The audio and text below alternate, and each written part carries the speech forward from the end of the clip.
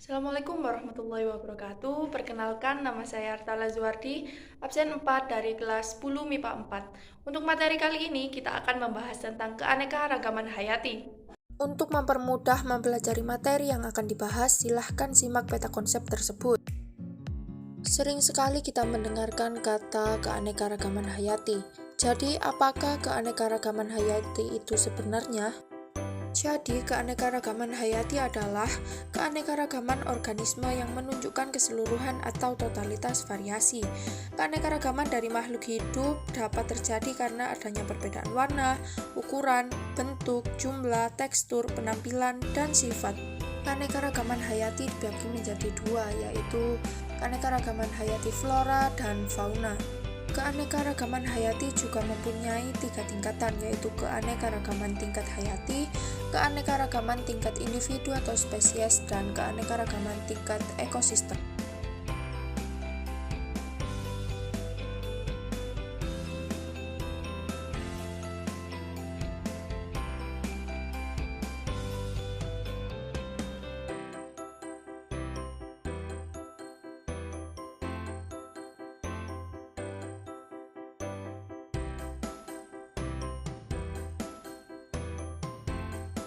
Nah, sekarang kita akan membahas tentang keanekaragaman hayati yang ada di Indonesia. Keanekaragaman hayati di Indonesia yang jumlahnya sangat tinggi, baru sekitar 6.000 spesies tumbuhan, 1.000 spesies hewan, dan 100 spesies jasad renik yang telah diketahui potensinya dan dimanfaatkan oleh masyarakat Indonesia untuk menunjang kebutuhan hidupnya. Keanekaragaman hayati yang berada di Indonesia dibagi menjadi dua, yaitu keanekaragaman hayati flora dan fauna. Hutan hujan tropis adalah bioma berupa hutan yang selalu basah atau lembab, yang dapat ditemui di wilayah sekitar Khatulistiwa. Ciri utama dari hutan hujan tropis adalah memiliki pepohonan tinggi dan daun yang lebat. Hal ini dikarenakan sinar matahari berlangsung sepanjang tahun yang memungkinkan pepohonan tumbuh secara optimal. Hutan hujan tropis terluas di Indonesia terletak pada Pulau Kalimantan dan Papua. Hutan musim. Hutan musim merupakan hutan yang terdapat di wilayah dengan musim kemarau yang cukup lama. Hutan musim juga dapat dikatakan sebagai hutan yang terdapat pada wilayah yang suhu udaranya cukup tinggi dan mempunyai perbedaan antara musim hujan dan musim kemarau yang cukup jelas. Wilayah Indonesia yang banyak terdapat hujan musim yaitu Jawa Timur, Nusa Tenggara, dan Sulawesi Selatan. Sabana. Sabana adalah padang rumput yang dipenuhi oleh semak atau perdu dan diselingi oleh beberapa jenis pohon yang tumbuh menyebar, seperti palem dan akasia. Sistem biotik ini biasanya terbentuk antara daerah tropis dan subtropis. Salah satu sabana di Indonesia adalah Sabana Baluran di Jawa Timur. Penyebaran keanekaragaman hayati tergolong menjadi 3 zona, yaitu fauna zona barat, tengah, dan timur. Adapun garis-garis yang memisahkan antara fauna bagian barat, tengah, dan timur. Garis yang memisahkan fauna Indonesia bagian barat dan tengah dinamakan garis Wallach, sedangkan garis yang memisahkan fauna Indonesia bagian tengah dan timur dinamakan garis Weber. Masing-masing zona memiliki ciri tersendiri yang tidak dapat ditemukan pada zona lain. Fauna Indonesia bagian barat atau tipe Asiatis yang mencakup wilayah Sumatera, Jawa, Bali, dan Kalimantan. Pada wilayah ini banyak sekali ditemui mamalia berukuran besar seperti gajah, macan, tapir, badak berjula satu, dan lain-lain.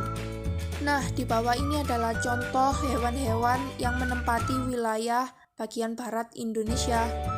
Fauna Indonesia bagian tengah atau biasa disebut dengan tipe peralihan. Wilayah ini meliputi Sulawesi, Maluku, Timor, dan Nusa Tenggara, serta sejumlah pulau kecil di sekitar pulau-pulau tersebut. Adapun hewan yang tinggal di wilayah ini adalah komodo, babi rusa, kuda sumbawa, kuskus, anoa, dan lain-lain. Tahukah kalian bahwa komodo biasanya berhabitat di Pulau Komodo dan Nusa Tenggara Timur?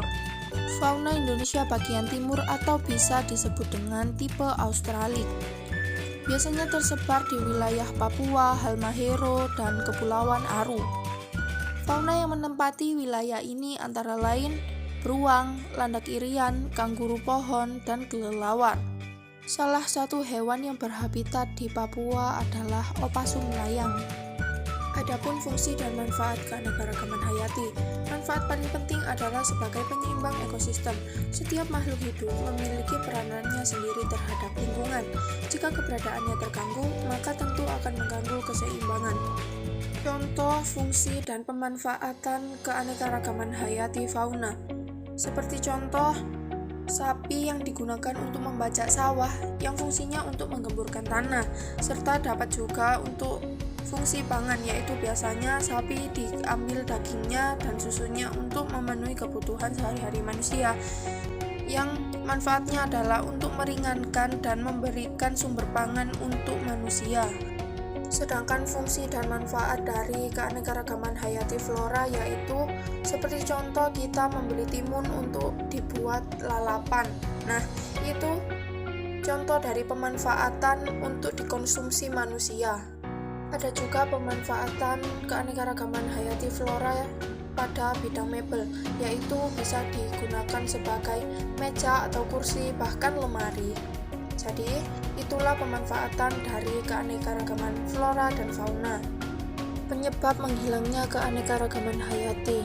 Tahukah kalian, banyak sekali faktor yang menyebabkan menghilangnya keanekaragaman hayati, seperti pemanasan global. Dapat kita ketahui atau kita lihat, sekarang banyak terdapat rumah kaca, sisa makanan yang terbuang sia-sia yang dapat menimbulkan gas metana, dan salah satunya adalah pengiriman email.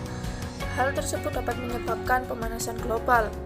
Banyaknya oknum-oknum yang tidak bertanggung jawab yang memburu secara terus-menerus dengan cara ilegal sehingga kepunahan dapat terjadi. Perubahan iklim. Kemarau yang berkepanjangan dapat menyebabkan tanah yang gersang sehingga dapat menyebabkan tanaman atau flora mati. Hal tersebut mempunyai dampak terhadap fauna karena bisa saja flora tersebut adalah makanan dari si fauna tersebut. Konservasi adalah pelestarian atau perlindungan. Konservasi juga didefinisikan sebagai pemeliharaan dan perlindungan terhadap sesuatu yang dilakukan secara teratur untuk mencegah kerusakan dan kemusnahan dengan cara pengawetan. Tujuan dari konservasi adalah melindungi tempat, hewan, dan tumbuhan agar tidak hancur atau punah.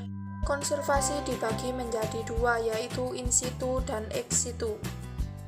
Konservasi in situ adalah usaha pelestarian alam yang dilakukan dalam habitat aslinya. In situ dapat berupa cagar alam, suaka marga satwa, taman nasional, dan hutan lindung.